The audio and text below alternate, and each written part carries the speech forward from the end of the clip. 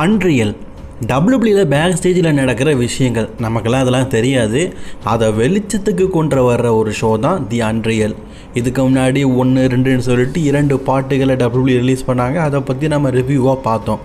இப்போ அந்த அன்ரியலுடைய part 3 release பண்ணியிருக்கிறாங்க. என்னால் 5 மணி நேரம் ஸ்பெண்ட் பண்ணி அந்த வீடியோ பார்த்து ஒரே வீடியோவில் ரிவ்யூ பண்ணுறது கஷ்டமான விஷயம். இப்போதைக்கு 1 மணி நேரம் ஷோவை நான் பார்த்துருக்குறேன். நாளைக்கு மிச்சம் இருக்கிற ஒரு 2 மணி நேரத்தை பார்த்துட்டு அதுக்கு அடுத்து 2 மணி நேரத்தை அடுத்த நாள் பார்த்துட்டு கண்டிப்பாக இன்னும் 3 நாளைக்குள்ளே அன்ரியலுடைய முழு ரிவ்யூவையும் நம்ம சேனலில் பார்த்துடலாம். இப்போது ஃபஸ்ட்டு 1 ஹவரில் என்னென்னலாம் சொல்லியிருக்கிறாங்க அப்படிங்கிறத பற்றி பார்க்கலாம். முடிஞ்ச அளவுக்கு நான் சுருக்கி சொல்லியிருக்கிறேன், சரிங்களா? மறக்காமல் ரெஸ்லிங் கிங் தமிழுக்கு வந்திருக்கிறவங்க ஃபஸ்ட் டைமாக வந்திருக்கீங்கன்னா சப்ஸ்கிரைப் பண்ணிக்கோங்க. பெல் ஐக்கானை கிளிக் பண்ண மூலிமா தினமும் போகிற ரெஸ்லிங் செய்யலை தமிழ் மொழியில் தெரிஞ்சுக்கோங்க.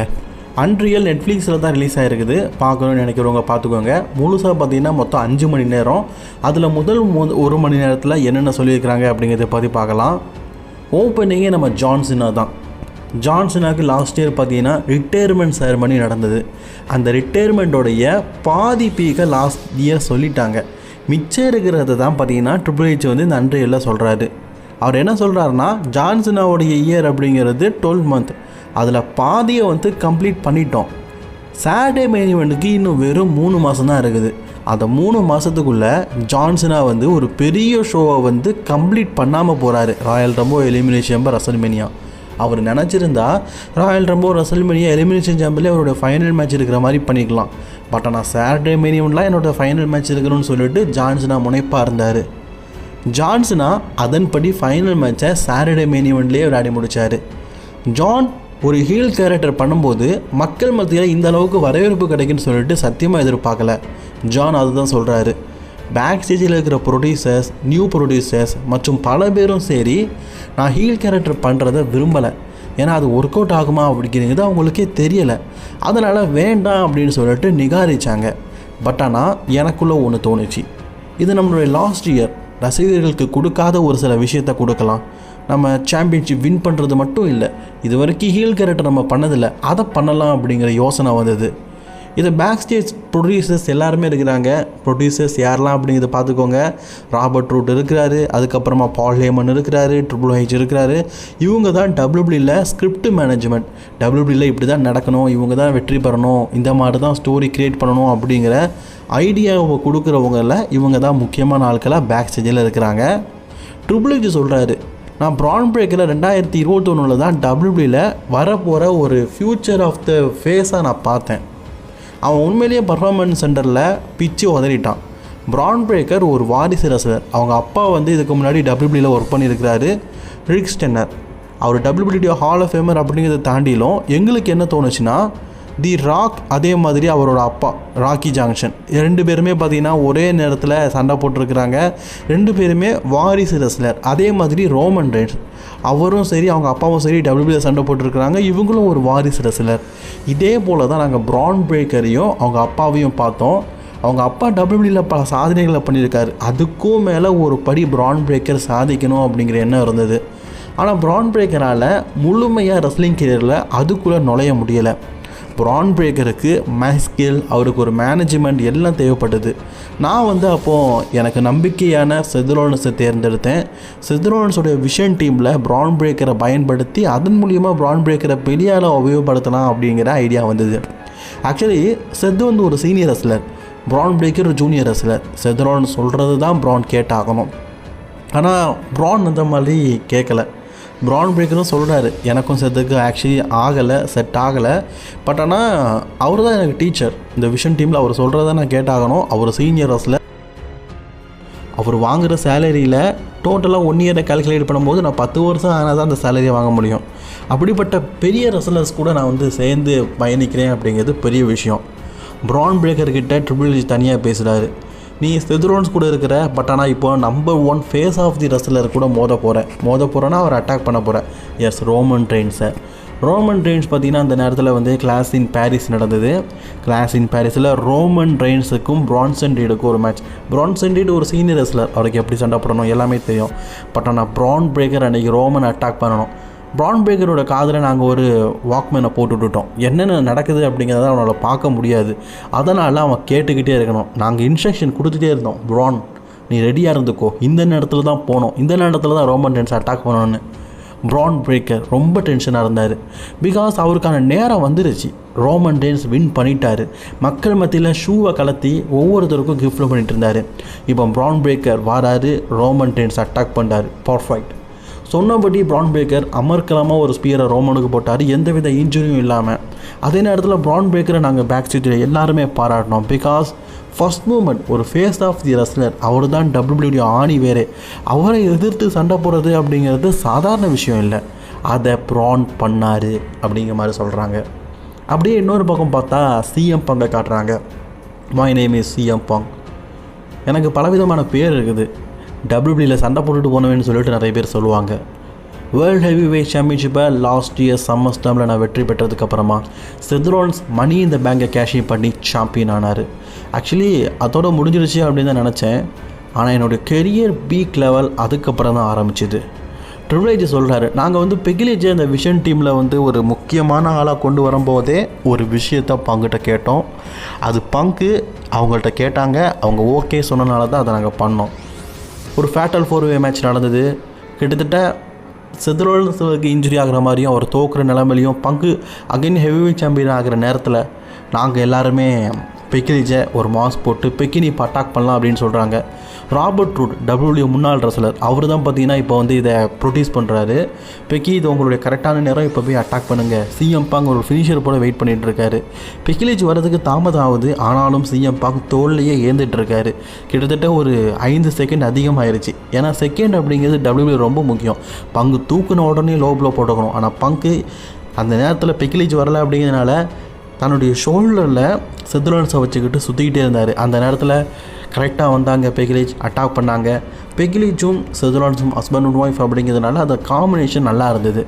பட் ஆனால் நாங்கள் மெயினாக இதை க்ரியேட் பண்ணதுக்கு காரணம் என்னென்னா, பெக்கிலேஜும் செத் ரோலின்ஸும் டீம் அப்பாக சேர்ந்து பங்கை எதிர்த்து மோதணும்.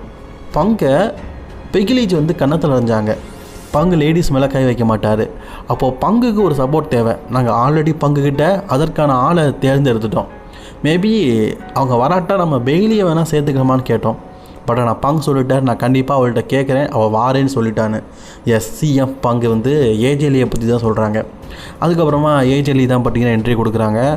என் பேர் ஏஜேலி, நான் ஒரு comic writer, wrestler, housewife, AJ மேட்டர்ஸ் இதனுடைய ஒரிஜினல் பேர். இந்த மாதிரி பல விதத்தில் நீங்கள் என்னை கூப்பிடலாம். நான் பங்கு கூட கிட்டத்தட்ட பல வருஷத்துக்கு முன்னாடி ஒர்க் பண்ணியிருக்கிறேன். நாங்கள் 2 பேருமே ஹஸ்பண்ட் அண்ட் ஒய்ஃப் தான். ஆனால் 2 பேருமே ஹஸ்பண்ட் அண்ட் ஒய்ஃபாக இருக்கிறதுக்கு முன்னாடியே சேர்ந்து பயணிச்சிருக்கோம். பங்குக்கு கிஸ் கொடுக்குற ஒரு கிஸ்ஸிங் பூத்தாக தான் என்னை பயன்படுத்தினாங்க. ஆனால் காலப்போக்கில் எங்களுக்கு காதல் மலர்ந்துச்சு. கிட்டத்தட்ட ஒரு 6 மந்த் காதலுக்கு அப்புறமா நாங்கள் 2 பேருமே டேட் பண்ணி ரொம்ப குயிக்காகவே கல்யாணம் பண்ணிக்கிட்டோம். பங்குகிட்ட பிடிக்காதது தாடி, அந்த தாடியை ஷேவ் பண்ணி ஒரு ஹீரோவாக என்னை கல்யாணம் பண்ணிக்கிட்டான். எனக்கு அதெல்லாம் மறக்க முடியாத ஒரு விஷயம். பங்குக்கு நான் கிஃப்டாக கொடுத்தது லாரி த டாக். அவனுடைய முதல் குழந்தை அப்படின்னு சொல்லுவான். என்னை கூட தள்ளி விட்டுருவான். இந்த லாரியை அவன் எங்கே போனாலும் கூப்பிட்டு போவான். லாரியோடைய பல்கள் எனக்கு ரொம்ப பிடிக்கும். ஆனால் பங்குக்கு அதை பார்க்கும்போது வேம்பையர் மாதிரி இருக்குது அப்படின்னு சொல்லிட்டு ஒரு புகழ்பெற்ற ஹாலிவுட் மூவி, அதில் உள்ள வேம்பையர் ஒரு ரோலாக பார்த்தீங்கன்னா ஒருத்தர் பண்ணியிருப்பார். அவரோட ஃபோட்டோவை லாரிகிட்ட காட்டி இதுதான் அவனுடைய கிராண்ட் ஃபாதர் அப்படின்னு சொல்லிட்டு அடிக்கடி கிண்டல் பண்ணுவார் அப்படிங்கிற மாதிரி ஏஜ்லேயே சொல்கிறாங்க. லாரிக்கும் பங்குக்கும் அந்தளவுக்கு ஒரு பெஸ்ட்டான ஒரு இது வந்தது.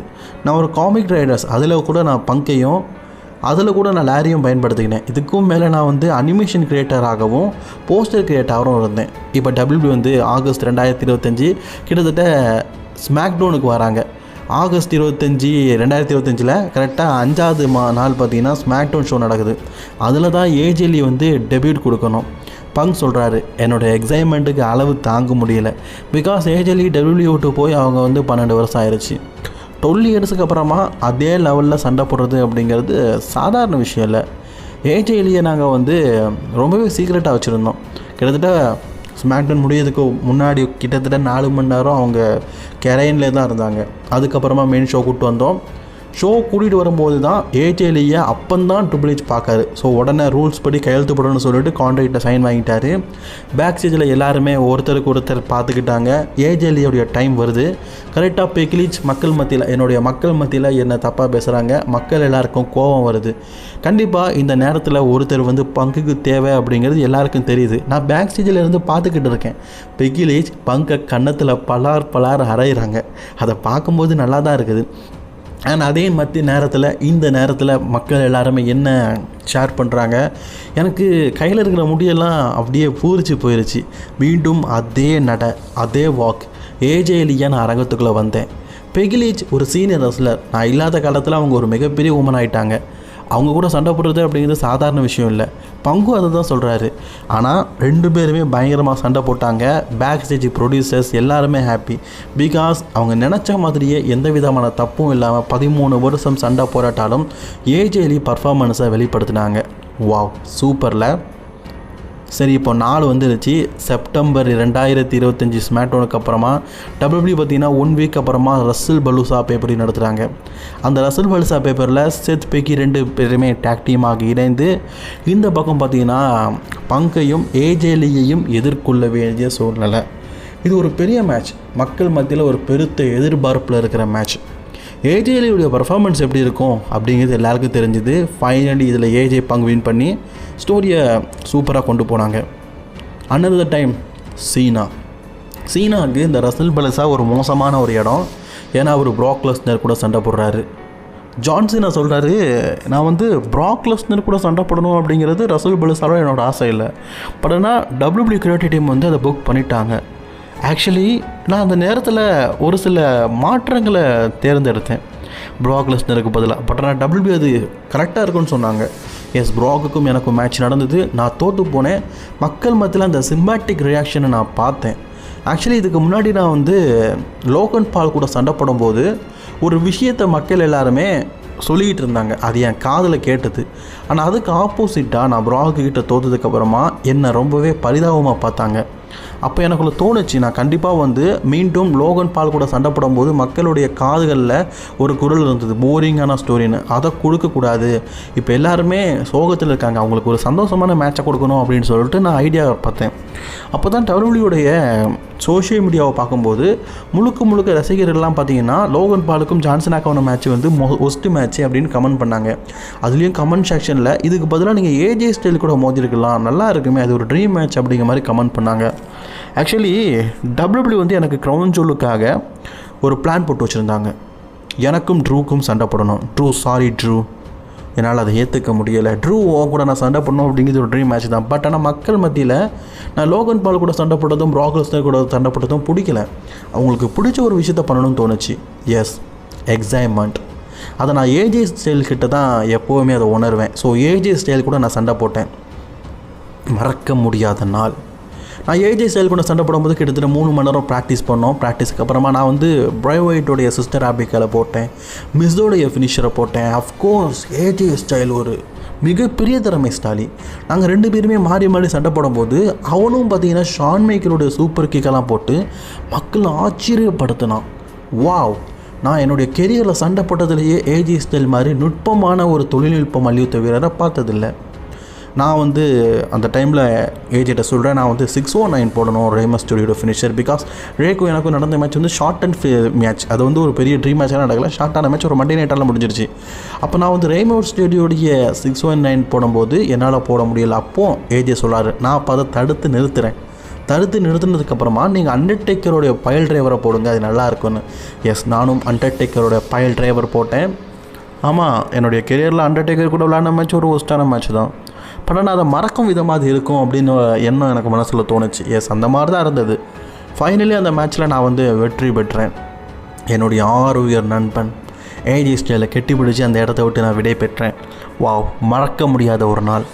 இப்போது அன்றியலுடைய ஃபைனலுக்கு வந்துவிட்டோம். ஆக்சுவலி சீசன் 3 சீசன் 1 எபிசோடை தான் நான் இவ்வளோ நாளும் கூதிகிட்டே இருக்கேன். மொத்தம் 5 எபிசோடு, இன்னும் 4 இருக்குது. இதுவே எவ்வளோ லென்த்தாக போய்ட்டுருக்கு பார்த்தீங்களா. இப்போ ஜான்சனாவோடைய கேரியர் முடிஞ்சுன்னா அடுத்து செத் ரோலன்ஸ். அப்படியே பார்த்தீங்கன்னா மெயின் ஈவென்ட் டைமுக்கு வந்துட்டார். அப்படியே ஜான்சனாவை கட்டி பிடிச்சிட்டு போகிறாரு. செத் ரோலன்ஸுக்கு இப்போ மெயின் ஈவென்ட் மேட்ச் கோடி ரோட்ஸுக்கு அகேன்ஸ்டாக சாம்பியன் versus champion.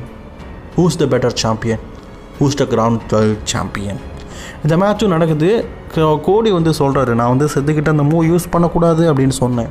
பட் ஆனால் செத் ராலன்ஸ் ரொம்ப கான்ஃபிடென்ட்டாக இருந்து நான் கரெக்டாக யூஸ் பண்ணுவேன். பட் ஆனால் செத்தால் அதை ஒழுங்காக போட முடியல. செத் ரோலன்ஸ்க்கு இன்ஜுரி ஆயிடுச்சு. செத் ரோலன்ஸ் வந்து அந்த டைமில் என்கிட்ட சொல்கிறாரு, இது நம்ம கதையை மாற்றலாமே, இந்த டைமில் எனக்கு இன்ஜுரி ஆகிடுச்சு. இல்லை, நம்ம ரூல்ஸ் படி ஸ்கிரிப்ட் படியே பண்ணுவோம், அதுக்கப்புறம் இன்ஜுரி ஆகிட்டா இல்லையா அப்படிங்கிறத பார்த்துக்கலான்னு சொல்லிட்டு ஸ்கிரிப்டில் இருந்த மாதிரியே நாங்கள் சண்டை போட்டோம். அதுக்கப்புறமும் செத் இந்த மேட்ச்சில் வின் பண்ணார். ட்ரிபிள் ஹெச் வந்து கெட்டிப்பிடிக்க போகும்போதே செத் சொல்லிட்டார், என்னோடய கை வந்து விலகிருச்சு, என்னோடய கை வந்து ஜவ் தனியாக போயிடுச்சு அப்படிங்கிறது எனக்கு நல்லாவே தெரியுதுன்னு. ட்ரிபிள் ஹெச்சோடைய முகத்தில் ஒரு புன்னகை சிரிப்பு இருந்து அது மறைஞ்சிருச்சு. பேக் ஸ்டேஜுக்கு போகிறோம். என்கிட்ட கையை பார்க்குறாரு, மெடிக்கல் டீம் வர சொல்கிறாரு. எஸ், என்னால் கையை தூக்க முடியலை, எனக்கு கை டிஸ்லொகேஷன் ஆயிடுச்சு. ட்ரிபிள் ஹெச்சோடைய முகமே மாறிடுச்சு. ஏன்னா அவர் என்னை நம்பினார், இதை யூஸ் பண்ணக்கூடாதுன்னு சொன்னார். நான் யூஸ் பண்ணேன், என் கெரியரை நானே கெடுத்துக்கிட்டேன். அஃப்கோர்ஸ் சாரி ட்ரிபிள் ஹெச், நீங்கள் எனக்காக நிறைய பண்ணீங்க. க்ரௌன் ஜுவல் சாம்பியன்ஷிப் அளவுக்கு கொண்டு போனீங்க. ரசல்மேனியா பிளான், ஃப்யூச்சர் பிளான் எல்லாமே என்னால் நாசமாக போயிடுச்சு. Sorry triple H. அடுத்த நாள் ஹெட் கோர்ட் ஆஃபீஸை காட்டுறாங்க. ஹெட் கோர்ட் ஆஃபீஸில் டோட்டல் பிளானையும் சேஞ்ச் பண்ணி ஆக்கணும், பிகாஸ் இவங்களுக்கு இன்ஜுரி ஆயிடுச்சு. அதனால் அப்படியே அழிக்கிறாரு. இப்போ செத் ராலன்ஸ் விஷன் பிளான் டோட்டலி க்ளோஸ்ட். இப்போ அடுத்து என்ன பண்ணணும்? ட்ரிபிள் ஹெச் அதை பற்றி யோசிக்காரு. அடுத்தது வேறு ஒரு கதையை நம்ம தேர்ந்தெடுக்கணும் அப்படின்னு சொல்லிட்டு இந்த ஃபஸ்ட்டு எபிசோடை முடிக்கிறாங்க. ஆக்சுவலி ஃபஸ்ட் எபிசோடே நான் 16 நிமிஷம் பேசிகிட்டு இருக்கிறேன். கண்டிப்பாக மிச்சம் இன்னும் 4 எபிசோடு இருக்குது. 4த்தையும் பார்த்தீங்கன்னா 2 சொல்லிடுவேன். ஏன்னா 5 வரைக்கும்லாம் போக முடியாது. மொத்தமே 3 எபிசோடு தான். அதில் இதை நான் சொல்லிட்டேன். நாளைக்கு கண்டிப்பாக பார்த்தீங்கன்னா செகண்ட் எபிசோடு வரும். நாளைக்கு வராது, இன்றைக்கி ஈவினிங்கே வந்துடும். 3வது எபிசோடு பார்த்தீங்கன்னா அடுத்த நாள் வரும். கண்டிப்பாக கூடிய சீக்கிரம் பார்த்தீங்கன்னா இந்த அன்றியில் நான் வந்து முடிச்சிடுவேன். கொஞ்சம் வெயிட் பண்ணுங்கள். அடுத்தடுத்த எபிசோடை பார்த்தீங்கன்னா ஒரு மேக்ஸிமம் 15 நிமிஷத்துக்குள்ளே முடிக்கிறதுக்கு நான் ட்ரை பண்ணுறேன். சரிங்களா?